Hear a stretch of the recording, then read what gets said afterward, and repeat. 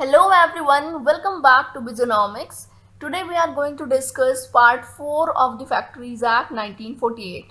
So अभी तक हम 3 पार्ट्स कवर कर चुके हैं जिसमें हम चैप्टर 1 से लेके चैप्टर 6 तक कवर कर लिया है हमने फैक्ट्रीज एक्ट का and now we are moving forward with the chapter 7 of Factories Act 1948 and I hope आप सभी ने जो भी लोग सीरियसली प्रिपरेशन कर रहे हैं एग्जाम्स की उन्होंने बाकी के पार्ट्स देख लिए होंगे और अगर आपने मिस कर दिया है so no issues, just press the I button and watch rest of videos. The very first section in chapter 7 is section 67. ये है यंग चिल्ड्रन के एम्प्लॉयमेंट के प्रोहिबिशन के बारे में. ये कहता है कि कोई भी चाइल्ड जिसने 14 ईयर्स ऑफ एज कंप्लीट नहीं किया है उसका फैक्ट्री एरिया में वर्क करना अलाउड नहीं है. राइट. ऑल्दो चाइल्ड की डेफिनेशन क्या है फैक्ट्रीज एक्ट में कि the one who has completed 15 years of age. तो जिस चाइल्ड ने 14 ईयर्स ऑफ एज भी कंप्लीट नहीं की है उसका फैक्ट्री एरिया में वर्क करना बिल्कुल भी स्ट्रिक्टली प्रोहिबिटेड है. अब सेक्शन 68 की तरफ अगर बढ़े तो ये डील करता है with the non adult worker to carry tokens. जो नॉन एडल्ट वर्कर्स है मीन्स कोई भी चाइल्ड जिसने 14 ईयर कंप्लीट कर लिया है बट 15 ईयर कंप्लीट नहीं किया है या फिर कोई एडोलेसेंट ठीक है बिटवीन द 15 to 18 अगर उसे वर्क करना है फैक्ट्री में तो क्या चाहिए उसके लिए एक सर्टिफिकेट ऑफ फिटनेस चाहिए उसको काम करने के लिए. ये सर्टिफिकेट ऑफ फिटनेस मिलेगा under the section 69 in the custody of manager of the factory. और ये जो सर्टिफिकेट ऑफ फिटनेस मिल रहा है इस एडोलेसेंट को काम करने के लिए फैक्ट्री में the one who is not adult, ये सर्टिफिकेट ऑफ फिटनेस उस चाइल्ड या एडोलेसेंट को हर वक्त अपने साथ रखना पड़ेगा जब तक वो फैक्ट्री में काम कर रहा है बिकॉज किसी भी टाइम वो चेक हो सकता है. So this token has to be with the person. Okay, section 69 की तरफ बढ़े तो it is about the certificate of fitness. वो सर्टिफिकेट ऑफ फिटनेस जो आपने एक नॉन एडल्ट वर्कर को दिया सेक्शन 68 के अंदर. ठीक है, ये certificate of fitness basically young person और एडल्ट को सर्टिफाई करने के लिए यूज़ होता है. आपको यंग पर्सन को सर्टिफाई करना है या फिर एडल्ट को सर्टिफाई करना है एज की बेसिस पे तो ये सर्टिफिकेट ऑफ फिटनेस यूज़ होता है. और ये सर्टिफिकेट ऑफ फिटनेस एक बार इश्यू होने के बाद अगले 12 महीनों तक के लिए वैलिड होता है. Means it is valid for the next 1 year. और कोई भी फीस इस सर्टिफिकेट ऑफ फिटनेस के लिए जो पे करी जानी है वो ऑक्यूपायर पे करेगा और इस पेमेंट को उस पर्सन के उस यंग पर्सन से उसकी सैलरी से या उसकी पेरेंट्स से इस अमाउंट को रिकवर नहीं किया जाएगा. Right. So next is section 70. It tells about the effect of certificate of fitness granted to adolescent. तो section 69 में जो certificate of fitness मिला है adolescent को to work as an adult in the factory, ये certificate of fitness सिर्फ chapter 6 और chapter 7 के लिए है. इसके अलावा कोई भी अगर nature of work है कोई भी दूसरा section है उसमें adolescent को as an adult आप treat नहीं कर सकते. ठीक है. और कोई भी अगर फीमेल एडोलेसेंट है जिसे सर्टिफिकेट ऑफ फिटनेस मिला है टू वर्क एज एडोलेसेंट उससे आप 10 PM से 5 AM के बीच में काम नहीं कर सकते. It is strictly prohibited to employ a female adolescent between the time. So the next is section 71 that deals with the working hours for children. So what does it says that no child shall be employed or permitted to work in a factory for more than 4.5 hours in a day. तो पहली बात 4.5 घंटे से ज़्यादा आपको employed नहीं करना है. प्लस अगर शिफ्ट्स में एम्प्लॉयड कर रहे हो तो वो जो शिफ्ट्स हैं उनके spread over time maximum 5 hours की होनी चाहिए. लाइक जो रेस्ट आ रहा है आपका उसको भी आप मिला दोगे काउंट कर दोगे तो पूरा स्प्रेड ओवर टाइम हर एक शिफ्ट का 5 आवर्स से ज़्यादा एक्सीड नहीं करना चाहिए. और अगर हम नाइट शिफ्ट की बात करें तो नाइट में 10 PM से मॉर्निंग में 6 PM तक किसी भी चाइल्ड का एम्प्लॉयमेंट स्ट्रिक्टली प्रोहिबिटेड है फैक्ट्री में. सेक्शन 72 की बात करें तो it is the notice of period of work for children. Working hours हैं, नेचर ऑफ वर्क है, ये सारी चीज़ें प्रॉपर नोटिस में मेंशन होती हैं जैसे कि एडल्ट वर्कर्स की भी होती हैं. तो in the same way the notice period of worker should also be mention in the factory area. And in the section under the section 73 the occupier will also maintain the register of the child workers. तो जो child worker का register बनेगा उसमें उसका नाम और nature of work, किस shift में काम कर रहा है, किस ग्रुप के साथ काम कर रहा है, कितने घंटों के लिए काम कर रहा है, कितने शिफ्ट्स में काम कर रहा है, मैक्सिमम स्प्रेड ओवर कितना है, ये सारी ही इंफॉर्मेशन उस रजिस्टर में मेंशन होगी. ओके. एंड नेक्स्ट सेक्शन 74 क्या कहता है कि जो आवर ऑफ वर्क आपने notice of period of work में लगाया है और जो आवर ऑफ वर्क आपने रजिस्टर में लिखा है वो दोनों मैच करने चाहिए, should be correspondence to each other, okay, should not be any mismatch between the number of hours between the notice of period of work and the register of child work. तो next is section 76, क्या कहता है, power to make rules. जो rule making power है, rule making authority वो state government के पास है। Maximum chapters में जो रूल मेकिंग पावर है it is in the hands of the state government. So if you will observe this point it can definitely benefit you, because state government और central government में काफ़ी difference होता है। तो factories Act में जो maximum powers हैं to make the rules it is in the hands of the state government. कुछ एक्सेप्शनल एरियाज है जिनकी पावर सेंट्रल गवर्नमेंट के पास है। तो वापस आते हैं हम अपने चैप्टर 7 पे। इसमें सेक्शन 76 के अंदर जो सर्टिफिकेट ऑफ फिटनेस मिल रहा है हमें, सर्टिफिकेट ऑफ फिटनेस से रिलेटेड कोई भी चेंजेस अगर करने हैं या फिर फिजिकल स्टैंडर्ड से रिलेटेड कोई चेंजेस करने, like related to the physical standard of the children और द एडोलेसेंट, तो उससे रिलेटेड कोई भी चेंजेस करने हैं तो उसकी पावर स्टेट गवर्नमेंट के पास है। और सर्टिफाइंग सर्जन को जो रेगुलेटिंग प्रोसीजर है उससे रिलेटेड भी कोई चेंजेस करना है तो उन सब की पावर किसके पास है, स्टेट गवर्नमेंट के पास है। अगला जो सेक्शन है वो है सेक्शन 77।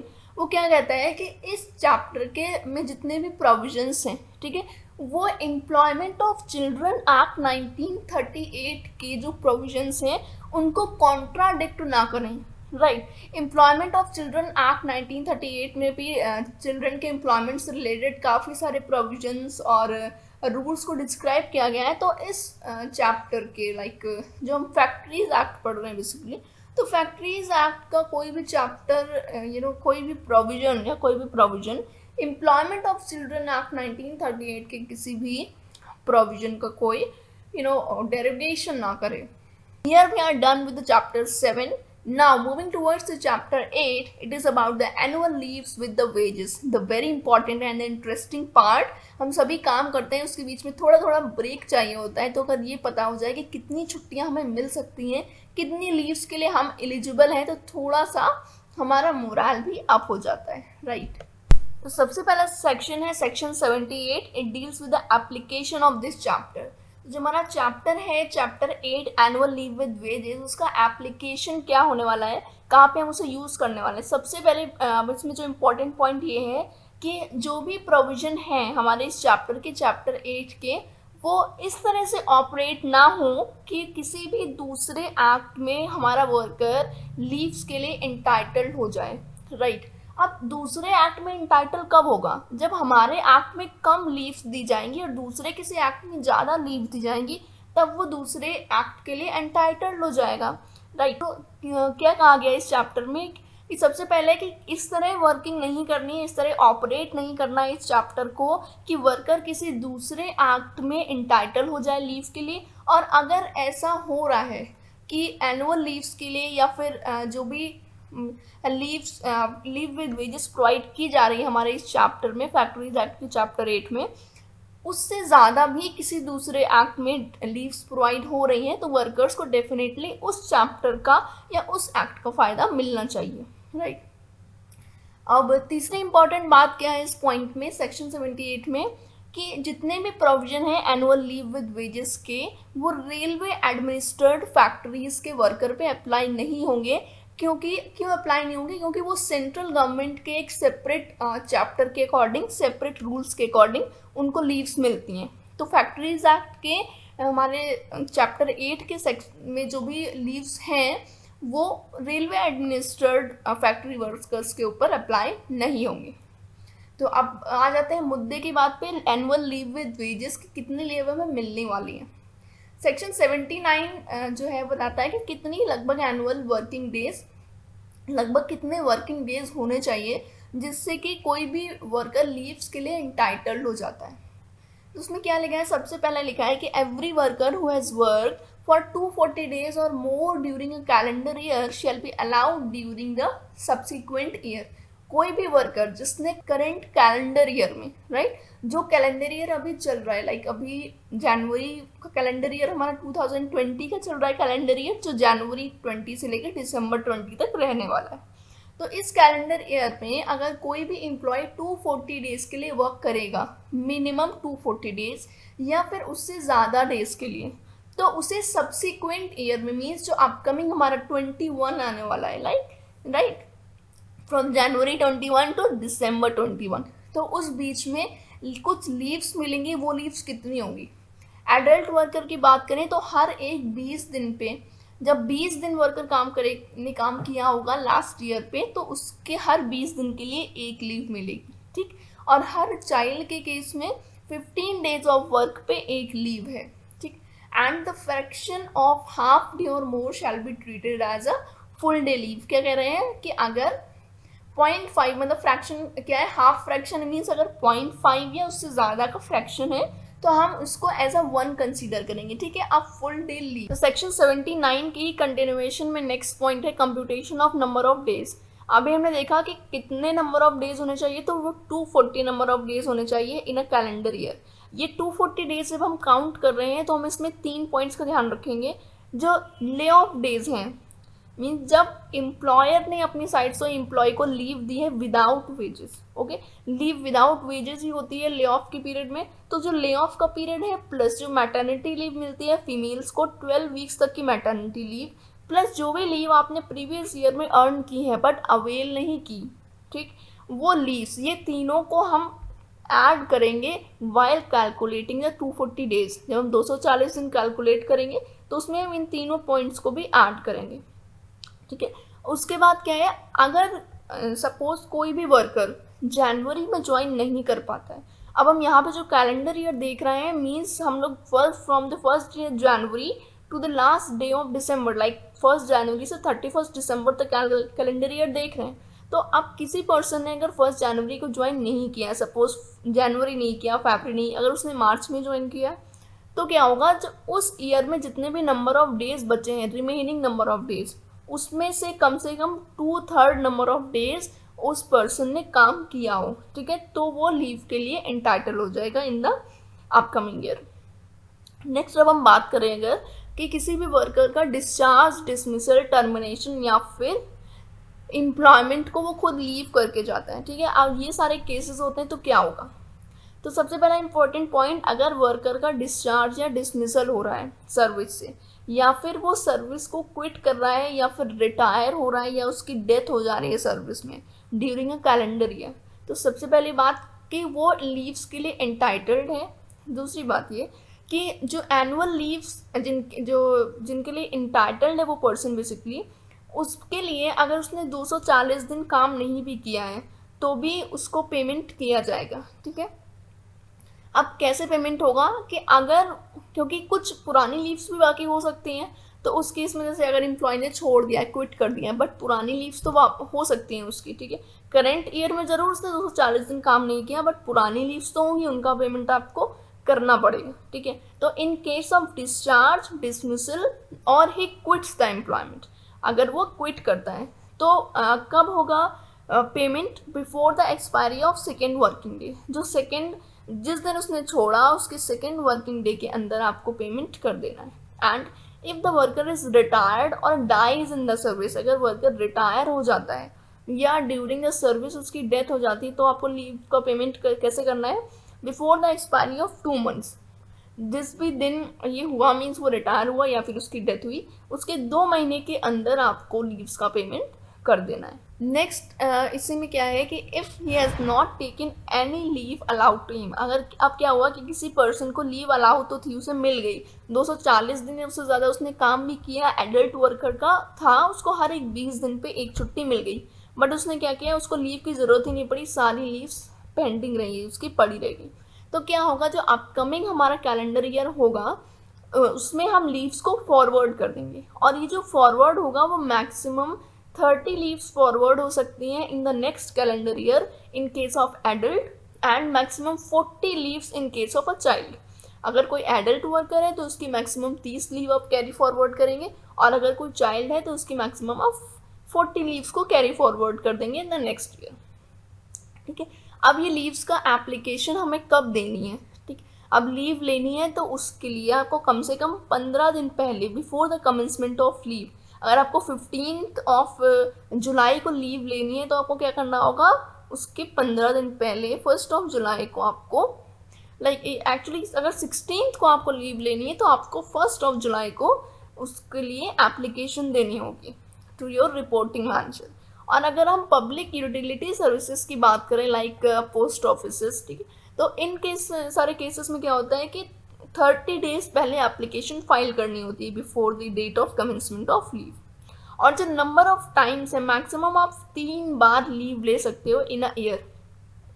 अब यहाँ पे क्या है, कंफ्यूज नहीं होने का है, मैक्सिमम टाइम और maximum leave, maximum number of leave में डिफरेंस होता है। सपोज आपके पास 30 लीव है तो आप क्या कर सकते हैं, मैक्सिमम 3 बार में उन 30 लीव्स को ले सकते हो। या तो आप 10-10 करके 3 बार में ले लो, एक बार 15 ले लो, एक बार 10 ले लो, बाकी रिमेनिंग ले लो। क्या है कि आपको टोटल 3 बार ही ईयर में लीव लेनी है, ठीक है, ये नंबर ऑफ टाइम से मतलब है। अब इन केस ऑफ इलनेस, अब इलनेस का केस है अगर, तो उसमें क्या होगा, अभी हो सकता है कि आप अचानक बीमार पड़ गए। अब बीमार होने से पहले तो नहीं पता है ना कि अब 15 दिन बाद बीमार होने वाले हैं, तो पहले से एप्लीकेशन दे के रखनी लीव की। अब बीमार तो कोई अचानक हो सकता है। तो अगर आपका इलनेस का केस है, इलनेस के केस में आपने लीव अवेल की है, तो क्या होगा कि उसका पेमेंट होगा डेफिनेटली, बट सेक्शन 81 के अंडर होगा। अब हम आगे पढ़ेंगे कि सेक्शन 81 में क्या है। सेक्शन 81 के अंडर आपको पेमेंट करना है ऐसे केसेस में, इलनेस के केसेस में, ठीक है। बट वो पेमेंट जो है वो 15 दिन के अंदर हो जाना चाहिए। और जो हम पब्लिक यूटिलिटी का केस है उसमें आपको 30 दिन के अंदर ये पेमेंट कर देना है, ठीक है। And next is for the purpose of ensuring continuity of work. अब कंटिन्यूटी ऑफ वर्क इंश्योर करने के लिए हर एक ऑक्यूपायर एक स्कीम फॉर्मुलेट करेगा जो ये रेगुलेट करेगी कि ग्रांट्स ऑफ लीव, जो लीव मिल रही है एम्प्लॉयज़ को, वो किस तरह से मिल रही है, ठीक है। और वो जो भी स्कीम को बनाएगा वो स्कीम को फैक्ट्री एरिया में डिस्प्ले भी करेगा, ताकि हर एक वर्कर को पता हो सके कि क्या स्कीम है, हमें किस तरह से लीव अवेल करनी है, ठीक है। And the copy of such scheme should also be send to the chief inspector. Chief inspector को आपको उस स्कीम की कॉपी सेंड करनी है। एंड वो स्कीम एक बार बनने के 12 महीने के लिए के बाद, आपने एक बार वो स्कीम बना दी, उसके बाद वो नेक्स्ट 12 मंथ्स के लिए ही जो है एप्लीकेबल है, ठीक है। आपको नेक्स्ट 12 मंथ्स के बाद आपको फिर से वो स्कीम चेंज करनी पड़ेगी। अभी आगे बढ़ते हैं इसमें। तो नेक्स्ट है payment in leave of leave. ये हम एक ही सेक्शन की बात कर रहे हैं, सेक्शन 79 में ही काफ़ी सारे पॉइंट्स थे जिनको मैंने बाइफर्गेट किया है अलग अलग हेडिंग्स में, जिससे आप इजीली इसको रिमेंबर कर सकें। अब हमने बात करनी है लास्ट में payment in leave of leave. जो हमें लीव का पेमेंट करना है वो किस तरह से करना है। तो 2 सिचुएशन हो सकती हैं, या तो बेसिकली 3 सिचुएशन हो सकती हैं, 2 मैंने मेंशन की हैं। पहली ये है कि कोई भी पर्सन जो एम्प्लॉय है वो अपनी पूरी लीव्स को अवेल कर ले, तो ये लीव अवेल कर लेगा तो उसको प्रॉपर मंथली पेमेंट के साथ उसका पेमेंट मिलेगा, ठीक है। यहाँ पे जो मैंने 2 पॉइंट्स मेंशन किए हैं वो क्या है कि अगर कोई भी वर्कर अपनी लीव्स को अवेल नहीं कर पाता है, ठीक है, जितनी भी लीव्स के लिए वो इंटाइटल्ड है, वो पूरी लीव्स अगर वो अवेल नहीं कर पाता है, और उसके साथ 2 बातें हो जाती हैं। पहली बात ये कि ऑक्यूपायर उसको टर्मिनेट कर देता है before he has taken the entire leave. पूरी लीव लेने से पहले ही ऑक्यूपायर ने टर्मिनेट कर दिया। दूसरी सिचुएशन क्या हो सकती है कि वो खुद एम्प्लॉयमेंट को क्विट कर दे before he has taken the leave. पूरी लीव्स लेने से पहले उसने खुद एम्प्लॉयमेंट क्विट कर दिया, किसी दूसरी जगह उसको अच्छी जॉब मिल गई, उसने सोचा चलो यहाँ लीव ज़्यादा मिलती है, हम यहाँ काम करेंगे, ठीक है। सो अपार्ट फ्रॉम जॉब, तो उसने अगर अपने लीव्स को पूरा अवेल नहीं किया है अपनी पुरानी ऑर्गेनाइजेशन में और क्विट कर दिया, तो अब उसका पेमेंट कैसे होगा। पेमेंट तो हमें करना है क्योंकि उसकी लीव्स ड्यू हैं, ठीक है। तो अगर ऑक्यूपायर उस वर्कर को टर्मिनेट कर रहा है तो before the expiry of second working day की एक्सपायरी से पहले आपको उस पर्सन को, जो भी वर्कर था आपका जैसे टर्मिनेट किया गया है, उसकी लीव्स का पेमेंट कर देना है, राइट। सेकेंड, अगर उसने खुद एम्प्लॉयमेंट क्विट किया है तो ऑन और बिफोर द नेक्स्ट पे डे, तो करेंट पे डे या फिर नेक्स्ट पे डे पे आपको उसका पेमेंट कर देना है। अब यहाँ पे डे और ये जो पहला वाला था उसमें डिफरेंस तो खास कुछ मुझे समझ नहीं आ रहा है, बट आप लोगों को भी समझ नहीं आएगा, बट डिफरेंस है। जब हम बात करते हैं सेकेंड वर्किंग डे की, तो इट मीन्स सपोज अगर आज मंडे है, आज मुझे एम्प्लॉयर ने अगर टर्मिनेट किया सपोज, ठीक है, तो नेक्स्ट वर्किंग डे अगर कल और परसों ऑफिस खुल रहा है तो क्या होगा कि परसों means Monday Tuesday Wednesday, Wednesday की शाम तक, वेंसडे का जो वर्किंग डे है उसकी एक्सपायरी से पहले मेरा पेमेंट हो जाना चाहिए, ठीक है। बट अगर हमने यहीं पे एम्प्लॉयमेंट को क्विट किया है तो मुझे ऑन और बिफोर द नेक्स्ट पे डे, जो नेक्स्ट पे डे है, सपोज मैंने सिक्स को मैंने अपना जॉब क्विट किया और जो जिस कंपनी में मैं हूँ वहाँ पे 7th को सैलरी आती है, तो पे डे क्या हुआ बेसिकली, वो डे जिस दिन सैलरी आती है। तो या तो मुझे मैंने 6 को क्विट किया जाए तो मुझे 7th को मुझे मेरा पेमेंट मिल जाए, या तो फिर नेक्स्ट मंथ की जो 7th है, 7th को जब सैलरी आएगी, ठीक है, उस पे डेट से पहले मुझे अपना पेमेंट मिल जाना चाहिए। अब बात करते हैं कि unavailed leave and notice of discharge और डिसमिसल। अब ये बेसिकली पॉइंट क्या कह रहा है कि जो अनअवेल्ड लीव है आपकी, ठीक है, वो जब आप नोटिस पीरियड कोई भी पर्सन सर्व कर रहा है, जनरल जो लोग अभी जॉब कर रहे हैं और इस वीडियो को देख रहे हैं वो समझ पा रहे होंगे कि नोटिस पीरियड क्या होता है। मैं एक्सप्लेन कर देती हूँ। जब आप जॉब क्विट करते हो, ठीक है, अपनी साइड से, तो आपको एक नोटिस पीरियड सर्व करना पड़ता है। जनरली वो 30 डेज हो सकता है, 60 डेज हो सकता है। वो नोटिस पीरियड इसलिए होता है क्योंकि जिस भी रिस्पॉन्सिबिलिटी को आप होल्ड कर रहे हो, ठीक है, आप ऑर्गेनाइजेशन में एज अ एक पार्ट हो, ठीक है, एक रिस्पॉन्सिबिलिटी को आप संभाल रहे हो, तो उस पूरे प्रोसेस को आपको किसी दूसरे को हैंड ओवर करना पड़ेगा। जो हैंड ओवर टेक ओवर का प्रोसेस होता है उसके लिए कुछ टाइम चाहिए होता है। हो सकता है कि कुछ आप ऐसा काम कर रहे हो जो किसी और को ना आता हो, तो आपको कुछ टाइम दिया जाता है जिसे नोटिस पीरियड बोलते हैं, ताकि आप दूसरे पर्सन को वो काम सिखा सको, ताकि आपके जाने के बाद ऑर्गेनाइजेशन का वर्क हैम्पर ना हो। ओके, तो बेसिकली इसके लिए नोटिस पीरियड प्रोवाइड किया जाता है। तो जब कोई भी पर्सन अपना नोटिस पीरियड सर्व कर रहा होता है, उस केस में उसके जितनी भी अनअवेल्ड लीव्स हैं उन्हें कंसीडर नहीं किया जाएगा। मीन्स अगर नोटिस पीरियड में कोई पर्सन छुट्टी लेना चाहे कि मैं छुट्टी ले लूँ, एक दिन मुझे नहीं जाना, तो आपकी कितनी भी बची हुई लीव्स हों उनको आप अवेल नहीं कर सकते। आपकी सैलरी ही डिडक्ट होगी नोटिस पीरियड में अगर आप नहीं जाएंगे ऑफिस। सेक्शन 79 यहाँ पे खत्म हो गया। अब हम बढ़ते हैं आगे की तरफ, सेक्शन 80 की तरफ। It is regarding the wages during the leave period. तो लीव पीरियड में हमारे वेजेस का क्या होना है एक्चुअली। तो लीव पीरियड के लिए आपको जो भी वेजेस मिली है, मीन्स लीव पीरियड मतलब जो आपने छुट्टियाँ ली हैं, ठीक है, तो जो भी लीव्स लिए हैं उनकी जो पेमेंट होगी आपको, that should be at the rate equal to the daily average, ठीक है। जो भी आपके टोटल अर्निंग्स हैं उनका जो डेली एवरेज निकलेगा उसी रेट पे आपको आपकी लीव्स का भी पेमेंट होगा। कोई भी आपको छुट्टी लेने के लिए कम पेमेंट नहीं कर रहा है, बट जो भी आपको पेमेंट होगा लीव पीरियड के लिए उसमें bonus and over time calculate नहीं होगा, ठीक है। It will be excluded from your wages during the leave period. Leave period के वेजेस से आपका बोनस और ओवर टाइम एक्सक्लूड रहेगा। क्या इंक्लूड रहेगा?